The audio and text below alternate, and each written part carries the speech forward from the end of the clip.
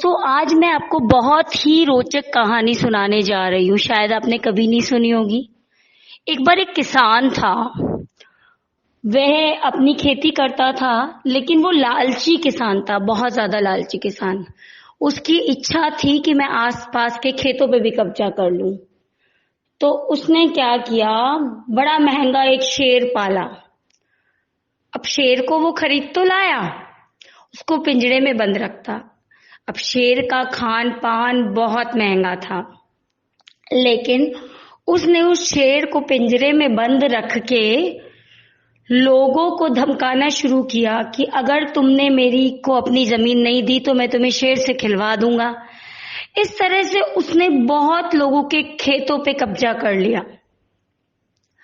कुछ समय बाद उसे लगा कि उसके पास बहुत सारे खेत आ गए हैं, तो उसने क्या किया, सोचा अब मुझे शेर की क्या जरूरत है।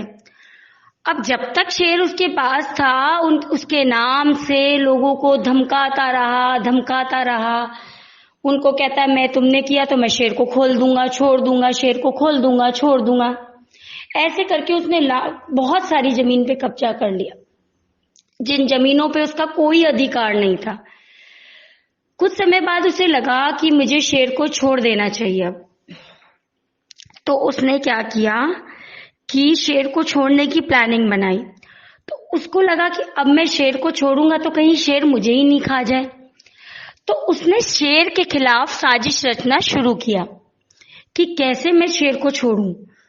तो उसने एक और बड़े जानवर से शेर का हमला करवाने की कोशिश की, लेकिन दिक्कत ये हुई कि वो बड़ा जानवर शेर का ऑलरेडी दोस्त था।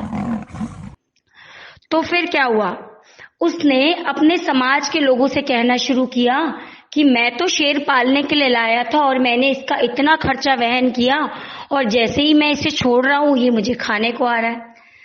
तो बेचारे सीधे साधे उसके समाज के, उसकी जाति के लोग उसकी मदद करने के लिए आ गए।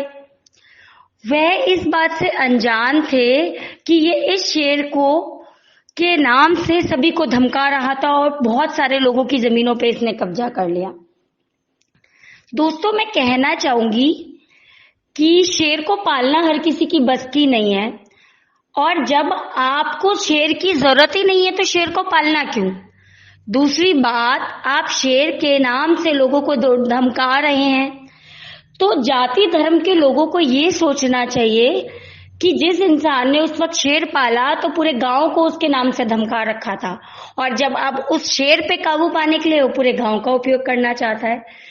तो बात सोचिए, हमें जाति धर्म से उठ के इंसानियत के बारे में सोचना पड़ेगा। तो हमेशा हमें सच का साथ देना चाहिए, ना कि जाति धर्म का या किसी भी अपनी कम्युनिटी के लोगों का या अपने परिवार को।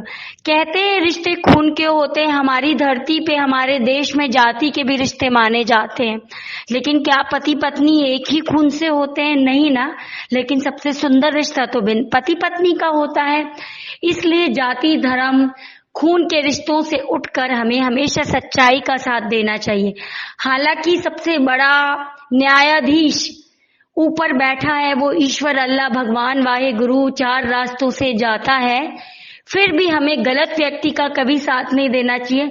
हमेशा देखना चाहिए क्या चीज हमारे देश की, हमारे समाज की, हमारी अगली जनरेशन की उन्नति के लिए, आगे बढ़ाने के लिए अच्छा है, उसका साथ देना चाहिए अगर साथ भी दे। नहीं तो हमें चुपचाप बैठ जाना चाहिए, लेकिन कभी जीवन में गलत व्यक्ति का, गलत इरादों वाले व्यक्ति का साथ नहीं देना चाहिए।